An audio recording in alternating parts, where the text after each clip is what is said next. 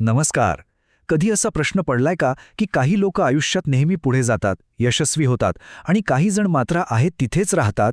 गंमत म्हणजे याचं उत्तर त्यांच्या हुशारीत नाहीये, तर त्यांच्या विचारांमध्ये लपलेलं आहे. आज आपण डेव्हिड श्वार्ट्झ यांच्या the magic of thinking big मधली नेमकी ही जादू समजून घेणार आहोत. एक अशी जादू जी आपल्याच विचारांनी उभ्या केलेल्या भिंती तोडून आपल्याला यशाच्या जवळ घेऊन जाईल. मग चला सुरू करूया. चला तर मग एका अशा प्रश्नाने सुरुवात करूया जो कदाचित थोडासा अस्वस्थ करणारा वाटेल. जगातलं सर्वात मोठं खोटं कोणतं आहे जे आपण सगळे रोज स्वतःला सांगत असतो? एक असं खोटं जे आपल्या स्वप्नांना पंख फुटायच्या आधीच कापून टाकतं. आणि ते खोटं आहे, मी पुरेसा चांगला किंवा हुशार नाही. आश्चर्य वाटलं ना? पण खरं तर हा एकच विचार जगातल्या 90% लोकांच्या प्रगतीतला सगळ्यात मोठा स्पीड ब्रेकर आहे. आपण स्वतःच आपल्या क्षमतेवर डाऊट घेतो आणि यशाची शर्यत सुरू होण्याच्या आधीच हार मानून बसतो. डेव्हिड श्वार्ट्झ यालाच विचारांची अदृश्य भिंत असं म्हणतात. आणि ही भिंत कुणी बाहेरची व्यक्ती नाही, तर आपण स्वतःच आपल्याभोवती उभी करतो. चला या मानसिक तुरुंगात जरा डोकावून पाहूया आणि त्यातून बाहेर पडण्याचा मार्ग शोधण्याचा प्रयत्न करूया. आपल्याला काय वाटतं, यश कशामुळे मिळतं? मोठ्या मोठ्या पदव्यांमुळे की चांगल्या बॅकग्राऊंडमुळे? नाही, यश यावर अवलंबून असतं की आपण स्वतःला कसं पाहतो. एक साधं उदाहरण घेऊया. विचार करा, एका नोकरीसाठी 2 उमेदवार आलेत. पहिला कमालीचा हुशार पण सतत घाबरलेला, आणि दुसरा सामान्य बुद्धीचा पण आत्मविश्वासाने भरलेला. आता सांगा, कंपनी कोणाला घेल? अगदी बरोबर, दुसऱ्याला. का? कारण त्याचा स्वतःवरचा विश्वासच त्याला इतरांपेक्षा वेगळं ठरवतो. आता बोलूया एका अशा आजाराबद्दल जो डेव्हिड श्वार्ट्झ यांच्या मते कॅन्सरपेक्षाही जास्त धोकादायक आहे. त्याचं नाव आहे एक्स्क्युझायटिस, म्हणजे बहाणे बनवण्याचा आजार. कारण हा आजार शरीराला नाही तर थेट आपल्या स्वप्नांनाच जिवंतपणे मारून टाकतो. सोप्या भाषेत सांगायचं झालं तर एक्स्क्युझायटिस म्हणजे काय? तर ही आहे बहाणे देण्याची एक जुनाट सवय.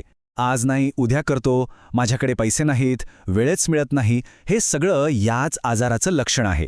हा आजार आपल्या प्रगतीच्या गाडीला स्टार्ट होण्याआधीच पंक्चर करून टाकतो. आणि हे आहेत ते 4 कॉमन बहाणे जे आपण नकळतपणे वापरतो: तब्येत, बुद्धी, वय आणि नशीब. हे फक्त बहाणे नाहीत, हे 4 असे सापळे आहेत ज्यात आपली स्वप्न अडकून पडतात आणि आपण काही करण्याऐवजी फक्त कारणं देत बसतो. बरं, आतापर्यंत आपण फक्त समस्यांबद्दल बोललो, पण यावर उपाय काय? उत्तर एका जादुई शब्दात आहे: विश्वास. नाही, हा कुठलाही अंधविश्वास नाहीये. ही एक अशी मानसिक शक्ती आहे जी हे कसं होणार या प्रश्नाऐवजी हे कसं करता येईल याचे मार्ग शोधायला आपल्या मेंदूला कामाला लावते. अशी कल्पना करा की आपल्या डोक्यात 2 रेडिओ स्टेशन आहेत. एक आहे मिस्टर ट्रायम्फ, जो नेहमी म्हणतो, तू हे करू शकतोस, नक्कीच मार्ग निघेल. आणि दुसरा आहे मिस्टर डिफीट, जो सतत कुरकुर करतो, हे शक्य नाही, तुझ्याकडून नाहीच होणार. रिमोट तर आपल्याच हातात आहे. आपण कोणतं स्टेशन लावणार? कारण आपण जे ऐकतो तसंच वागतो आणि तेच मिळवतो. तर मग या मिस्टर ट्रायम्फचा आवाज मोठा कसा करायचा? त्यासाठी हे 3 साधे नियम आहेत. रोज आपल्या लहान सहान विजयांना आठवायचं. इतरांशी तुलना करण्याऐवजी कालच्यापेक्षा आज स्वतःला थोडं बेहतर बनवायचं. आणि सगळ्यात महत्त्वाचं, आपली स्वप्न आणि आपला विश्वास दोन्ही मोठे ठेवायचे. हे वाक्य बघा: कृती भीतीला मारते, तर उशीर भीतीला खतपाणी घालतो. याचा अर्थ काय? आत्मविश्वास हा जिममध्ये बॉडी बनवण्यासारखा आहे. तो नुसता विचार करून नाही वाढत, तर कृती करून, सरावाने तयार होतो. तो आपल्याला जन्मापासून मिळत नाही, तो कमवावा लागतो. आणि आत्मविश्वास वाढवण्यासाठी काही खूप मोठं करण्याची गरज नाहीये. या 4 छोट्या छोट्या सवयींपासून सुरुवात करता येते. पुढच्या रांगेत बसायचं, बोलताना डोळ्यात डोळे घालून बोलायचं, आपला चालण्याचा वेग थोडा वाढवायचा आणि कुठल्याही चर्चेत सर्वात आधी बोलायचा प्रयत्न करायचा. ह्या छोट्या गोष्टी आपल्या मेंदूला आणि जगाला एकच सिग्नल देतात: मी तयार आहे. आपलं मन आहे ना, ते एका सुपीक जमिनीसारखं आहे. आणि आपलं वातावरण, म्हणजे आपण ज्यांच्यासोबत वेळ घालवतो, जे पाहतो, जे वाचतो, ते या जमिनीत पेरल्या जाणाऱ्या बियाणांसारखं काम करतं. एक गोष्ट लक्षात ठेवायला हवी: आपण ज्या प्रकारची पुस्तकं वाचतो, जे व्हिडिओज बघतो आणि ज्या लोकांसोबत उठता बसताना, हळूहळू आपण त्यांच्यासारखेच बनत जातो. आपलं वातावरण हे आपल्या विचारांसाठी खत पाण्याचं काम करतं. म्हणून जर मोठं बनायचं असेल तर आपलं मानसिक अन्न आणि आपली संगतही तशीच दर्जेदार असायला हवी. आपल्या आजूबाजूच्या लोकांकडे जरा लक्ष द्या. ते 3 प्रकारचे असू शकतात. एक, जे नेहमी तक्रार करतात, दुसरे जे आहेत त्यातच खुश राहण्याचा सल्ला देतात आणि तिसरे जे मोठी स्वप्न बघायला आणि संधी शोधायला प्रोत्साहन देतात. आपल्याला कोणासोबत राहायचे आहे हा निर्णय जाणीवपूर्वक घ्यायला हवा, कारण आपली संगतच आपली प्रगती ठरवते. ठीक आहे, आपण मोठा विचार केला, आत्मविश्वास वाढवला, चांगलं वातावरणही निवडलं. पण आता येतो सगळ्यात महत्त्वाचा भाग.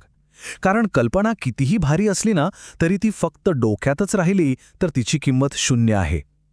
विचारांना कृतीचे पाय देणं सगळ्यात महत्त्वाचं आहे. आणि इथेच आपण एका मोठ्या सापळ्यात अडकतो, तो म्हणजे जास्त विचार करणे किंवा ज्याला ओव्हर थिंकिंग म्हणतात. आपण योग्य वेळेची, योग्य परिस्थितीची वाट बघत बसतो. पण एक सत्य लक्षात ठेवायला हवं की योग्य वेळ कधीच येत नाही, ती आणावी लागते. कृती करण्यासाठी आत्तापेक्षा चांगली वेळ दुसरी कोणतीच नाही.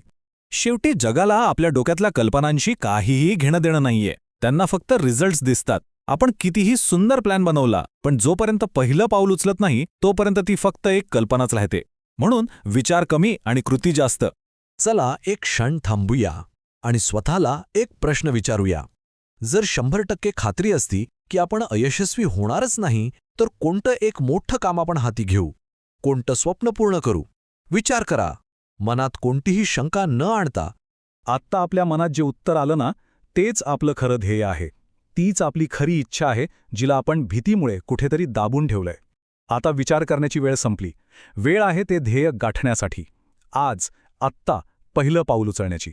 आणि जाता जाता फक्त एक गोष्ट लक्षात ठेवूया. आपण जे मागण्याची हिंमत करतो तेच आपल्याला मिळतं. जर आपण छोटं मागाल तर छोटंच मिळेल.